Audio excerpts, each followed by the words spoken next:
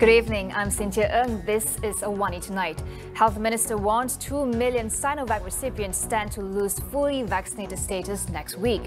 And SOSMA rejection in Parliament. Does it jeopardize the government Pakatan MOU? That's coming up.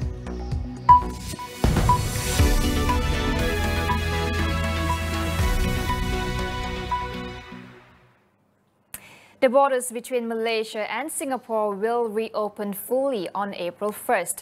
Fully vaccinated travellers will be able to cross the land border without undergoing quarantine or conduct COVID-19 tests before departing or upon arrival, going back to how it was before the pandemic. Bagi semua pengembara yang telah lengkap vaksinasi COVID-19 yang melalui sempadan udara ya, mereka hanya perlu melakukan ujian COVID-19 2 hari sebelum lepas. Pre-departure testing masih ada untuk air travel antara Singapura dan Malaysia. Boleh buat RTK antigen, supervised. He added that from April 1st, international arrivals will no longer need to wear digital trackers or undergo PCR tests at KLIA. The government will also allow arrivals from 18 COVID-19 high-risk countries from next month, in line with its transition to the endemic phase.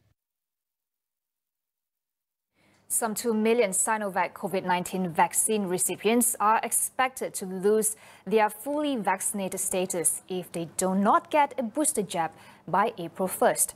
Health Minister Khairy Jamaluddin said this group of people will also not be considered fully vaccinated if they were to visit Singapore. 2 juta penerima vaksin primer Sinovac yang berisiko untuk hilang status vaksinasi lengkap mereka pada 1 bulan April. But just to also, maybe by way of encouraging them, saya bincang perkara ini dengan Menteri Kesihatan Singapura. Singapore also considers fully vaccinated for Sinovac to be 3 doses. 3 doses. So if you want to enjoy your trip to Singapore, no quarantine, then you know what to do. A recount of the votes for the Security Offences Special Measures Act 2012 or SOSMA amendment revealed that the government bill was defeated by only a single vote. Dewan Rakyat Speaker Tan Sri Azizan Harun announced the latest results of those who supported the bill changed from 84 to 85, while those absent from 50 to 49, while those who voted against remained at 86. The revelation came to light when Jempol MP Datuk Sri Salim Sharif was said to have mistakenly marked Bersut MP Datuk Sri Idris Jusoh as absent when votes were being tallied on the bill yesterday. This invited several MPs who called for improvement to the vote counting system, as this was not the first time such a mistake happened during vote counting. On Wednesday, the government suffered a shock defeat after a motion to continue with the powers to detain suspect for up to 28 days without trial under SOSMA was shot down when put to vote. This is the first time that a government bill was defeated in Parliament. Does the opposition's rejection of SOSMA signals the end of the MOU between them and the government? Ira Azhari from the Institute for Democracy and Economic Affairs breaks down the MOU and how the voting process was necessary for a functioning democracy. If you read it carefully, it says that the opposition is not supposed to table a motion of no confidence to the Prime Minister, and also not to defeat any supply bill, which is basically a bill that involves money or expenditure for the country.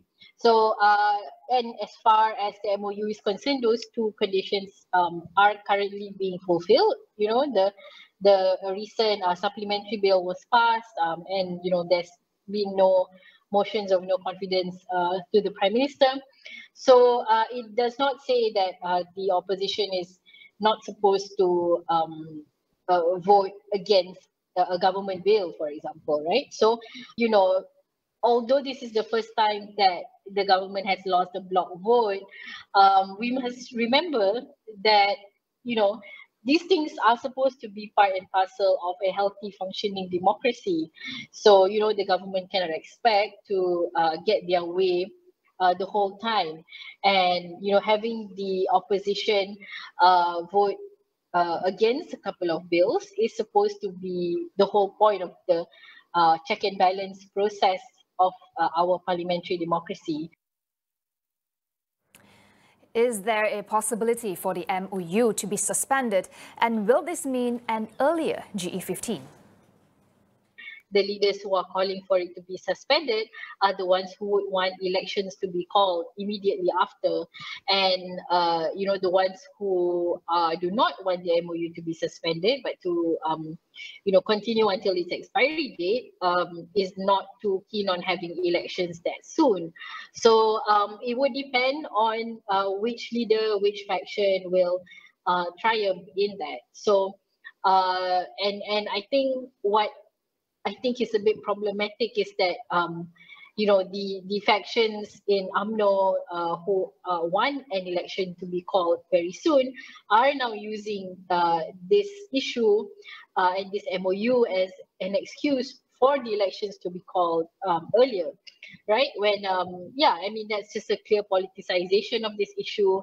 And I think, the fact that even many senior members of UMNO, of PAS and PN were not present during the vote, I think is another issue that, is quite problematic, because, you can't not be there to vote and then say that the opposition is trying to dishonor the MOU.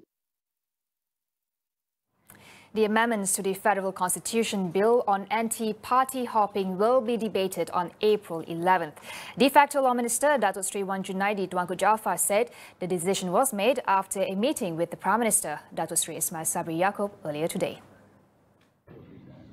He was answering to Bagan MP Lim Guan Eng, who urged for a date so that the opposition bloc can be prepared.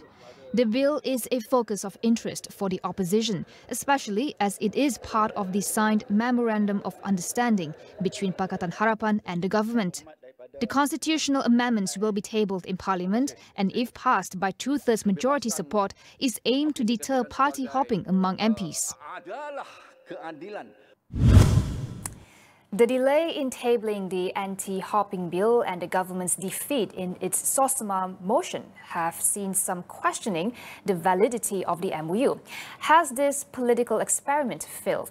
Tonight on Consider This, Melissa Idris asked our guests if the MOU is in jeopardy. That's coming up right after AWANI Tonight.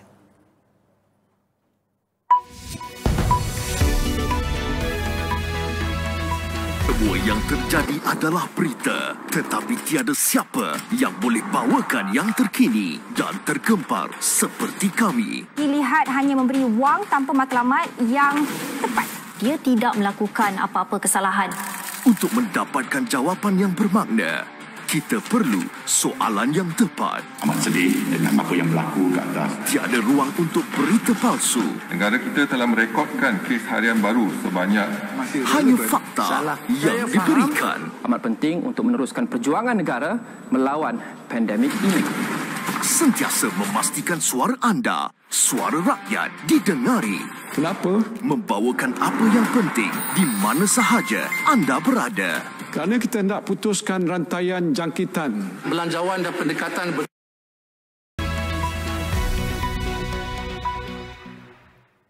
Welcome back. Singapore will reopen its borders to all fully vaccinated travellers and children below 12 from April 1st.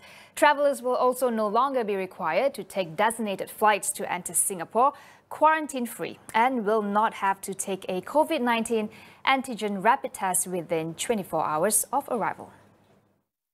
In Singapore's most significant move to reopen its borders, there will also be no more quotas on the number of daily arrivals and no entry approvals needed for all vaccinated travellers. The pre-departure test 2 days before departure will, however, remain in place for now. The new border policies will make the travel experience almost like before the pandemic.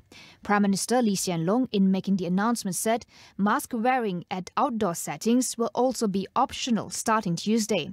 It will remain mandatory for people to wear a mask indoors.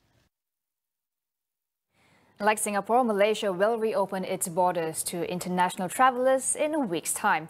Carmelo Ferlito from the Centre for Market Education weighs in on how Malaysia will benefit from the border reopening.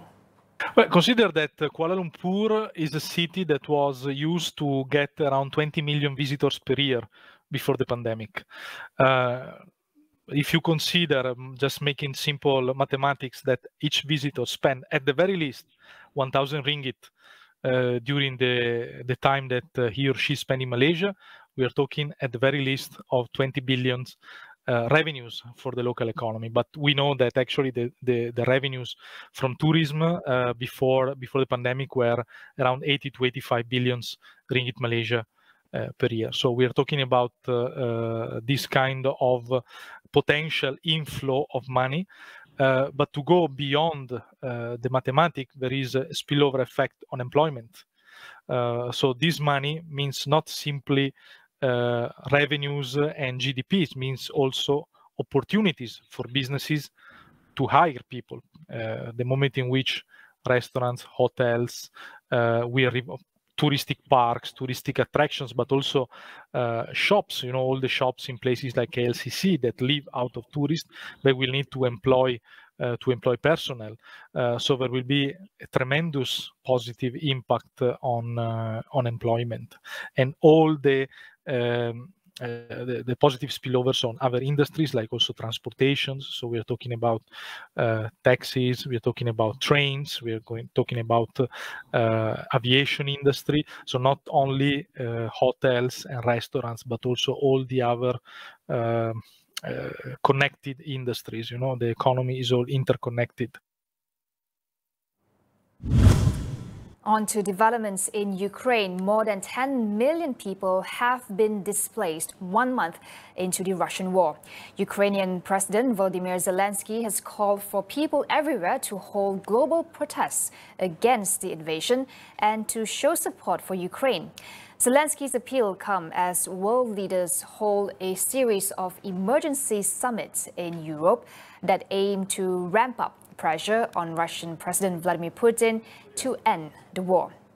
US President Joe Biden is taking part in back-to-back NATO, G7 and European Union summits that will likely bring more pledges of weapons for Ukraine and more sanctions on Russia. NATO had earlier announced it will double its troops along the alliance's eastern flank, starting with the deployment of 4 new battle groups in Bulgaria, Hungary, Romania and Slovakia. The month-long conflict has devastated Ukraine, killing thousands and forcing millions to flee their homes. Ukrainian soldiers and civilians continue to challenge the Russian advance. Zelensky said the past month had been long, but hailed his country's resistance that has been much more ferocious than Russia had expected. And that is all we have for you on AWANI tonight. Get the latest news updates on astroawani.com or from the Astro AWANI app.